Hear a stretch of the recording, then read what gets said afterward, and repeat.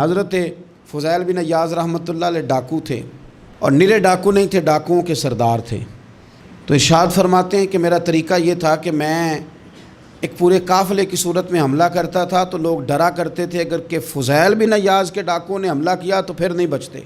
ایک دن گزر رہا تھا تو ایک قاری صاحب آیت پڑھ رہے تھے، لا تقنطوا من رحمت اللہ، اللہ کی رحمت سے کبھی نا امید نہ ہونا، ان اللہ یغفر الذنوب جمیعا، بے شک وہ سارے ہی گناہ معاف کر دے گا۔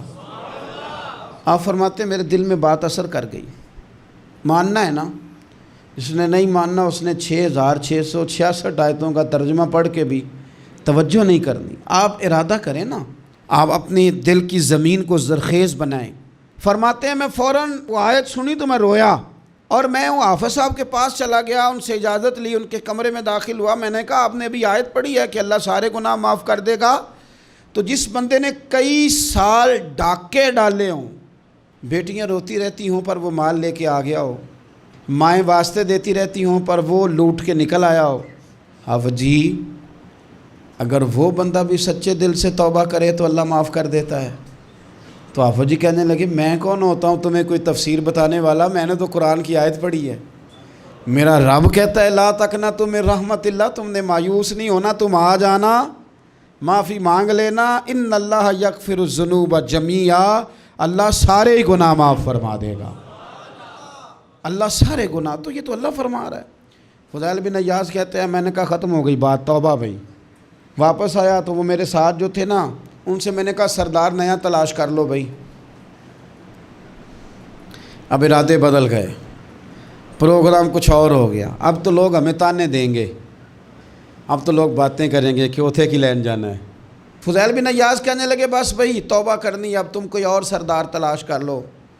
اور اوپر سے نہیں کہا، توبہ کی تقریریں نہیں کی، دوسروں کو میسج نہیں بھیجے، اور لیکچر نہیں جھاڑے، رو کے کہا، درد سے کہا، دل سے کہا۔ تو وہ جو باقی کے تھے نا ان پر سردار کی بات کا اثر ہوا، کہنے لگے سردار ہم نے سردار نیا نہیں ڈھونڈنا، اگر چوریاں مل کے کی ہیں تو اب تو اس طرح تو نہ کر، توبہ بھی مل کے ہی کریں گے، اب اللہ بھی مل کے ہی کریں گے، اب بس تو اگر ادھر جائے گا تو ہم بھی تو جائیں گے نا۔ اللہ اکبر۔ فضیل بن عیاض کہتے ہیں ظاہر ہے مال لوٹا کرتے تھے، میں نے مسئلہ پوچھا علماء سے تو انہوں نے بتایا کہ یہ تو حقوق العباد کا مسئلہ ہے، جو لوٹا ہے وہ تو واپس کرنا ہی پڑے گا۔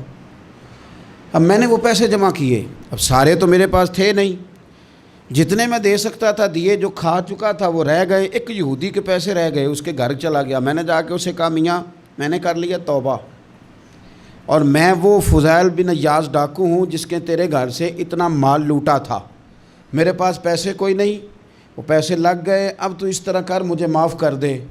وہ کہنے لگا نا جناب، یہ بھی کبھی کبھی ہوتا ہے، لوگ نا شرافت کو بزدلی سمجھ لیتے ہیں۔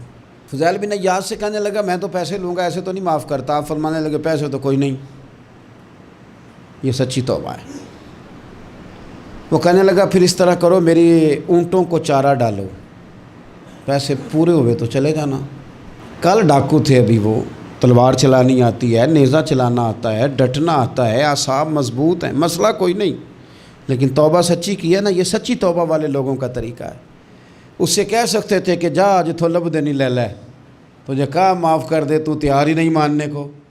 حضرت فضیل بن عیاض کہنے لگے اگر اونٹوں کو چارہ ڈالنے سے تو معافی دیتا ہے نا تو میں تیرے اونٹوں کو چارہ ڈالنے کو بھی تیار ہوں، کیونکہ راضی اللہ کو کرنا ہے، اپنے ضمیر سے بوجھ اتارنا ہے، بندوں کے سامنے سرخرو نہیں ہونا، اللہ کے حضور ہونا ہے۔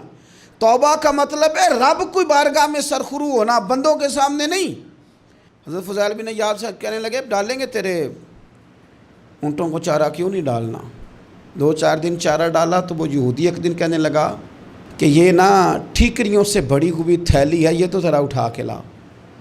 حضرت فضیل بن عیاض نے اٹھا کے اسے دی، جب اس نے کھولی تو اشرفیوں کی بھری ہوئی تھی۔ تو آپ فرمانے لگے تو کہہ رہا تھا ٹھیکریاں اٹھا کے لا۔ کہنے لگا میں تورات بڑی پڑھتا ہوں، عالم ہوں، میں نے تورات میں پڑھا تھا کہ مسلمان جب سچی توبہ کر لیں گے نا تو رب ٹھیکریوں کو بھی سونا بنا دیا کرے گا، پھر یہ مٹی کے ڈھیلے اشرفیاں بنا کریں گے، تو میں نا تیری توبہ چیک کر رہا تھا، یہ اس میں میں نے روڑے بڑے ہوئے تھے، لیکن تو اٹھا کے لایا تو تیری توبہ بھی سچی ہے اور تمہارا دین بھی سچا ہے، تو اب اس طرح کر، معافی اس شرط پہ دوں گا کہ مجھے کلمہ پڑھا تاکہ میں بھی مسلمان ہو جاؤں۔